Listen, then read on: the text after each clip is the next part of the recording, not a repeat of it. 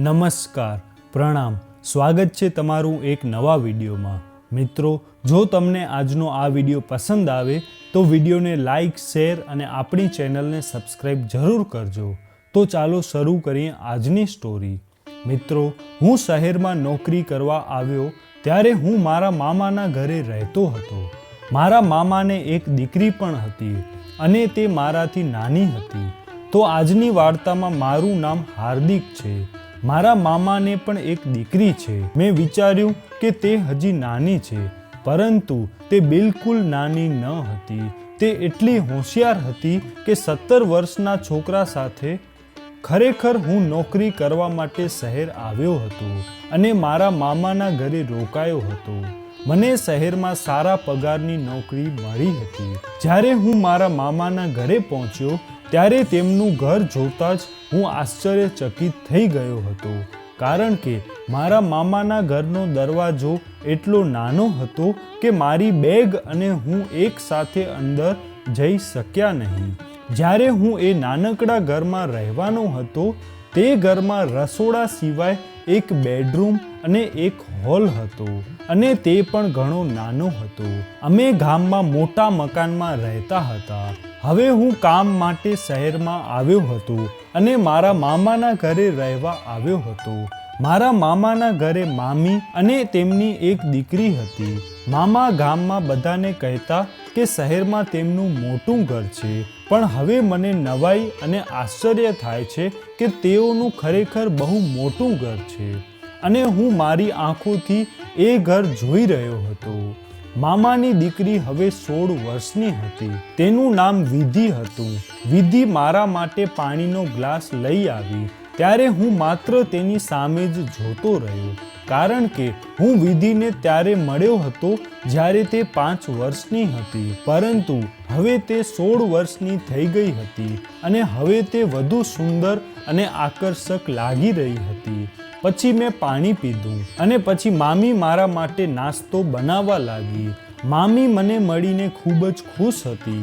મેં મામાના ઘરે રહેવા માટે દર મહિને મામાને 3000 આપવાનું શરૂ કર્યું. તેથી જ મામી અને મામાને મારા રહેવામાં કોઈ વાંધો ન હતો. બીજી બાજુ જો હું તેના ઘરે મફતમાં રહેતો હોત તો મામી મને રહેવા દેત નહીં. મારો આટલો સારો પગાર હતો, પણ મારી માં કહેતી હતી કે તું કુંવારા છોકરાઓની વચ્ચે રહીને બગડી જઈશ. તેથી જ હું મારી માતાની સલાહ પર મારા મામાના ઘરે રોકાયો હતો. જ્યારે હું વિધિને મળ્યો ત્યારે વિધિ મારી સામે ખૂબ જ વિચિત્ર નજરે જોઈ રહી હતી. વિધિનો મામાના ઘરે એક રૂમ પણ હતો અને મામા મામી હોલમાં સૂતા હતા. મેં મામાને કહ્યું કે મારે મારો પોતાનો અલગ રૂમ જોઈએ છે, કારણ કે ક્યારેક હું મોડી રાત સુધી કામ કરું છું. પછી મામાએ કહ્યું કે તમે વિધિના રૂમને તમારો પોતાનો રૂમ માનો, કારણ કે તમે તેની સાથે જ રહેશો. વિધિ 2 દિવસ બહાર ગયા પછી પાછી તેના રૂમમાં આવી. તેણે કહ્યું કે હું બહાર હોલમાં સૂઈ શકતી નથી.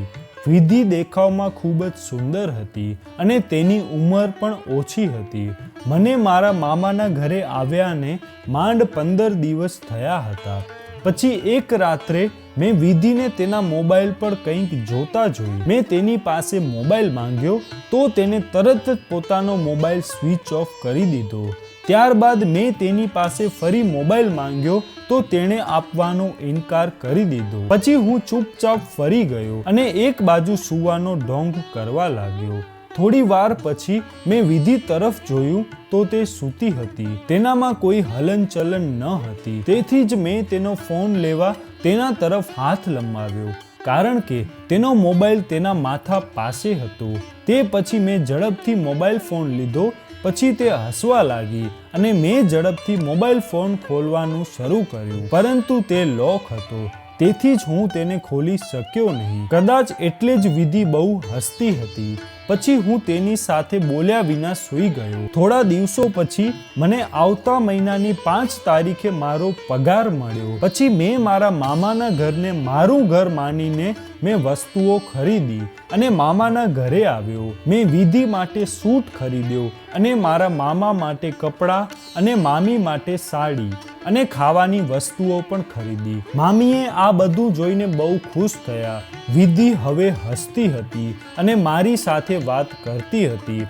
આવી જ રીતે એક રાત્રે જ્યારે હું પાણી પીવા ઊભો થયો ત્યારે મેં વિધિને મારી નજીક ન જોઈ. રૂમનો દરવાજો ખુલ્લો જોઈને મેં બહાર જઈને જોયું તો રાત્રે 1 વાગે વિધિ હોલનો પડદો હટાવીને હોલમાં કંઈક જોઈ રહી હતી. પણ આટલી મોડી રાત્રે તે હોલમાં શું જોઈ રહી હતી તે જોવા હું તેની પાછળ ઊભો રહ્યો. મારી નજર હોલમાં ફરતી રહી. સામેનું દ્રશ્ય જોઈને મેં વિધિને મારી બાજુએ ખેંચી અને તેનો હાથ પકડીને બેડરૂમમાં લઈ ગયો. મેં વિધિને કહ્યું, વિધિ, તું શું કરે છે? તે તારા માતા પિતા છે અને તેમના ખાનગી સમય દરમિયાન તાકઝાક કરવી યોગ્ય નથી. વિધિને તેના માતા પિતા સામે આ રીતે જોઈને મને થોડો ગુસ્સો આવ્યો, પણ તેને મારી પાસે માફી માંગી અને કહ્યું, ભાઈ, આ વિશે કોઈને કહો નહીં. આજ પછી હું આવું કંઈ નહીં કરું. બીજા દિવસે ઉઠી મેં મામાને કહ્યું, મામા, હવે તમારે મોટું ઘર ખરીદવું જોઈએ. હવે વિધિ મોટી થઈ રહી છે. તેને પોતાનો અલગ રૂમ પણ હોવો જોઈએ અને તમારો પોતાનો પણ અલગ રૂમ હોવો જોઈએ. તો મામાએ કહ્યું કે ઘરમાં અમે 3 જ છીએ. 3 લોકો માટે મોટા ઘરની શું જરૂર છે? હવે તમે ઘરના 4થા વ્યક્તિ છો. તેમ છતાં અમને રહેવામાં કોઈ સમસ્યા નથી. તો પછી હું મોટું ઘર કેમ ખરીદું? આ જવાબ સાંભળી મારો ચહેરો ઉતરી ગયો. ખરેખર મારા મામા એક ખૂબ જ કંજૂસ પ્રકારના માણસ હતા. મામા સાથે વાત કરતી વખતે મારા ફોનની રિંગ વાગી. મારા ફોન પર મારી માતાનો કોલ હતો. તેથી જ્યારે મેં મારો ફોન રિસીવ કર્યો ત્યારે માતાએ મને કહ્યું, મેં તને એક છોકરીનો ફોટો મોકલ્યો છે. મને કહે કે તને તે કેવી લાગે છે? મેં કહ્યું, માં, મને છોકરીનો ફોટો બહુ ગમ્યો. આ સાંભળીને મારી માતા ખુશ થઈ ગઈ હતી. મારી માતાની પસંદગી મારી પસંદગી હતી. મારી માતાએ તરત જ આગામી 1 મહિનામાં મારા લગ્ન કરવાનું નક્કી કર્યું. લગ્નના થોડા દિવસોની રજાઓ પછી હું નોકરી માટે શહેરમાં આવવા લાગ્યો. ત્યારે મારી માતાએ કહ્યું, તારી પત્નીને થોડા દિવસ સાથે લઈ જા. તેથી હું મારી પત્ની શ્રેયાને પોતાની સાથે શહેરમાં લાવ્યો હતો. પહેલા હું શહેરમાં મારા મામાના ઘરે રહેતો હતો. તેથી જ હું મારા મામાના ઘરે જ આવ્યો હતો. હું મારી પત્ની સાથે મારા મામાના ઘરે આવ્યો ત્યારે વિધિનો રૂમ સાવ મારો બની ગયો હતો. તે તેના માતા પિતા સાથે રાત્રે હોલમાં સૂતી હતી. શ્રેયાને શહેરમાં લાવ્યાને 3 દિવસ થઈ ગયા હતા. આ 3 દિવસ પછી અચાનક રાત્રે જ્યારે અમે સૂતા હતા ત્યારે મેં વિધિને મારા રૂમની બારીમાં જોઈ. હું તરત જ પલંગ પરથી ઊભો થઈ ગયો. 3 દિવસ થઈ ગયા હતા. આ 3 દિવસ પછી અચાનક રાત્રે જ્યારે અમે સૂતા હતા ત્યારે મેં વિધિને મારા રૂમની બારીમાં જોઈ. એ જોઈને હું તરત જ પલંગ પરથી ઊભો થઈ ગયો. મને ઊભો થતો જોઈ વિધિ તરત જ બારીમાંથી દૂર ખસી ગઈ. પછી હું વિચારવા લાગ્યો કે જો શ્રેયાને આ શહેરનું વાતાવરણ ગમશે તો હું મારા મામાનું ઘર ખાલી કરી દઈશ અને તરત જ આવતા મહિને હું એક અલગ રૂમ શોધી લઈશ. પણ 5મા દિવસે જ શ્રેયાએ કહ્યું કે હું અહીં લાંબો સમય નહીં રહી શકું. મને ગામડામાં રહેવાની આદત છે. મને ન તો અહીંનું પાણી ગમ્યું કે ન અહીંની હવા. મારી તબિયત બગડી ગઈ છે. તેથી જ મેં તેને ગામમાં મોકલી અને તે પછી હું મારા મામાના ઘરે એકલો રહેવા લાગ્યો. હું શ્રેયાથી એટલો ખુશ ન હતો જેટલો હોવો જોઈતો હતો. કારણ કે મેં તેની જે ફોટો જોઈ હતી તે ખૂબ જ ચમકદાર હતી અને સાડીમાં પણ તે ચમકતી હતી. પરંતુ લગ્ન પછી જ્યારે તેને પોતાનો મેકઅપ હટાવ્યો ત્યારે હું તેને જોઈને ખૂબ જ પરેશાન થઈ ગયો. કારણ કે તે આકાશના તારા જેવી ગોરી ન હતી. તે થોડી કાળી હતી અને મારે ગોરી પત્ની જોઈતી હતી. પણ હવે લગ્ન થઈ ગયા હતા. તેથી જ હું તેના પર વિશ્વાસ કરવા અને તેની સાથે મારું જીવન પસાર કરવા માંગતો હતો. શ્રેયા ગામડે ચાલી ગઈ હતી અને તે મારા માટે ઠીક હતું. જો કે હવે હું પરણિત હતો. તેમ છતાં હું શહેરમાં જ કામ કરવા જતો હતો. તેથી જ મેં વિચાર્યું કે મારા મામાના ઘરે રહેવું જ વધુ સારું રહેશે. શ્રેયાના ગયા પછી મેં 3 દિવસની રજા લીધી, કારણ કે હું ખૂબ જ થાકી ગયો હતો અને કામથી થોડો આરામ ઈચ્છતો હતો. જે દિવસે મારી રજા હતી, દરરોજની જેમ મારા મામા કામે ગયા હતા અને મારી મામી પણ એક કંપનીમાં કામ કરવા લાગી હતી. તે સમયે હું અને વિધિ બંને ઘરે હતા. નાસ્તો કર્યા પછી હું મારું લેપટોપ લેવા બેડરૂમમાં જવા લાગ્યો ત્યારે વિધિ તૈયાર થઈને રૂમમાંથી બહાર આવી અને હું તેને જોતો જ રહ્યો, કારણ કે તે ખૂબ જ સુંદર લાગી રહી હતી. આમ તો મામા અને મામી મધ્યમ વર્ગના લોકો હતા, પણ વિધિ એક ઉચ્ચ વર્ગની છોકરીની જેમ રહેતી હતી. તે દેખાવમાં ખૂબ જ સુંદર હતી, તેથી જ તેને કોઈ પણ કપડાં સારા લાગતા હતા. એ રાત્રે વિધિ મારા રૂમમાં આવી. તેણે કહ્યું, ભાભી ગામડે ગયા છે, હવે હું ફરીથી મારા રૂમમાં આરામથી સૂઈ શકું છું. એ રાત્રે રૂમમાં અંધારું હતું. થોડી વાર પછી મને કોઈના ચાલવાનો અવાજ સંભળાયો. બીજા દિવસે પણ મારી રજા હતી, કારણ કે મારી રજાઓ 3 દિવસની હતી. તેથી મારા મિત્રએ મને કહ્યું કે આજે આપણે ક્યાંક બહાર જઈએ.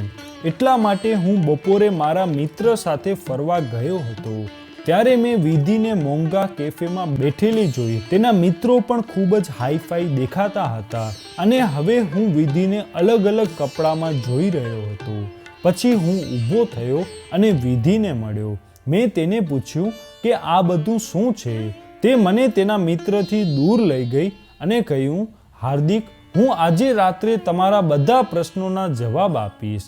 હવે તમે અહીંથી જાઓ કૃપા કરીને, અને હા, જ્યાં સુધી હું તમારા પ્રશ્નોના જવાબ ના આપું ત્યાં સુધી તમારું મોં બંધ રાખવું. પછી જ્યારે મારા મામા અને મામી રાત્રે સૂવા ગયા ત્યારે મેં વિધિને પૂછવાનું શરૂ કર્યું કે મેં બપોરે જે જોયું તેનો અર્થ શું છે.